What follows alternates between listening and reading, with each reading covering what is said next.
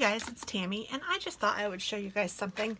I love this stamp set. I think it's really, really cute, but I don't really want all of these guys stuck together on one stamp, and I'd really like to be able to use them individually, so I am going to cut them apart. And I just thought I would show you guys how to do that if you guys are interested. You need a nice pair of scissors that will cut well.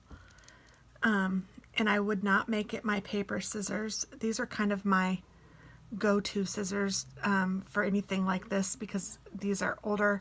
I have a newer pair of these little snips and I love them. I actually have a pair of scissors that was made for rubber stamp cutting because back in the day we had to cut them all, and that was a mess, but I'm glad we don't have to do that anymore. Now, something that you might want to do, now these are very close together, so I am trying to be really careful, but something that you might want to do just to be sure is to get the extra rubber that's like surrounding these just a little bit tighter.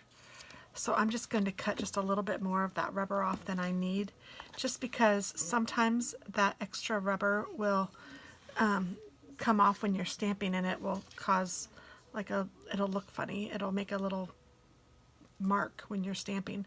So I don't know. I personally probably will cut all around all of them just to be sure that I'm getting that close enough to the edge of the stamp that I won't get that. That might be an unnecessary step, but now I can stamp that little guy all by himself. And I'm just going to carefully go between the raccoon and the bear. I mean, they're very close together, so you have to be really careful.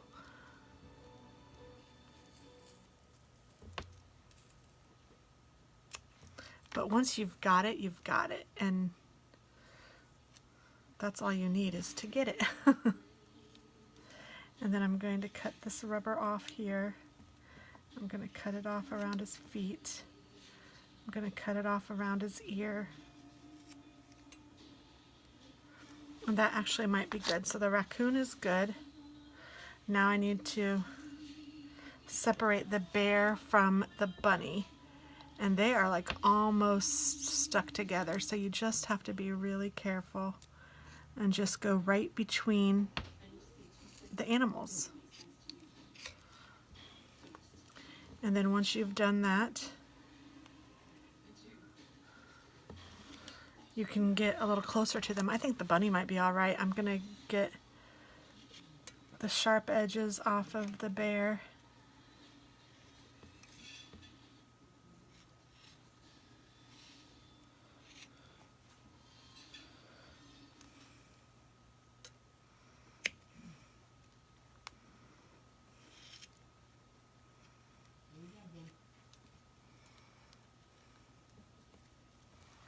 And there we go. So now I have 4 stamps instead of 1, and I kind of like that better because there are going to be times when I just want to use 1 stamp, which is actually what I'm going to do for card number 2 of this series.